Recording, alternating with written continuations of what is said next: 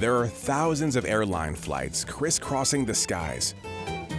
But human flight took a while to get off the ground. It all started with hot air. The first untethered hot air balloon ride carrying humans was launched in 1783 before thousands of spectators in Paris. After the successful flight, ballooning really blew up. Around 1800, the idea of a fixed-wing aircraft began to pick up steam. All types of flying machines were launched, with mixed results. In 1903, the Wright brothers of Dayton, Ohio, designed, built, and flew the world's first powered airplane. Their first controlled flights took place in Kitty Hawk, North Carolina. They were able to travel a grand distance of 852 feet and stay in the air for almost a minute. The brothers might not have realized it, but thanks to them, air travel was about to take off.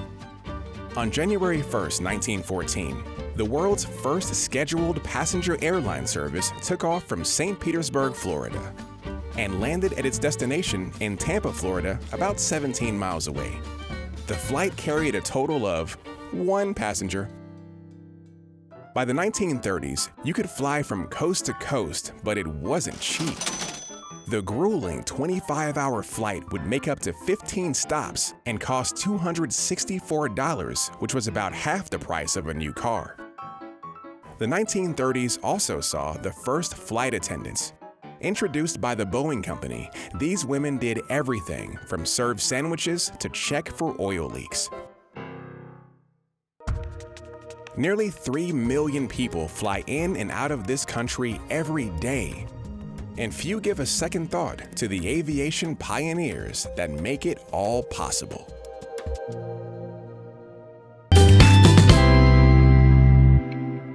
It was mass-produced in happy colors like pink, amber, aquamarine, and even fluorescent uranium that glows under UV light.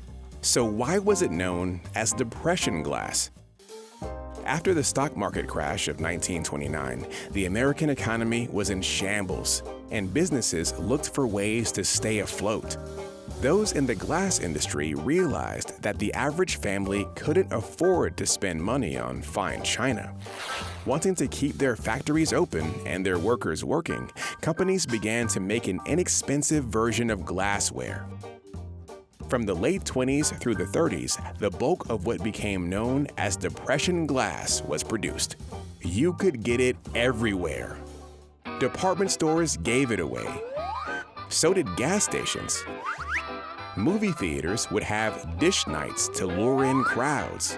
The colorful glassware was also a great way for businesses to get people to buy their product. Prominent household brands like Quaker Oats put pieces of glassware in their product packaging, much like Cracker Jack prizes, as a way to entice buyers.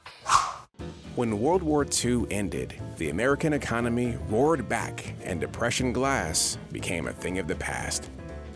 But for some, the kitschy glassware is still popular today. Just ask Martha Stewart. She's an avid collector.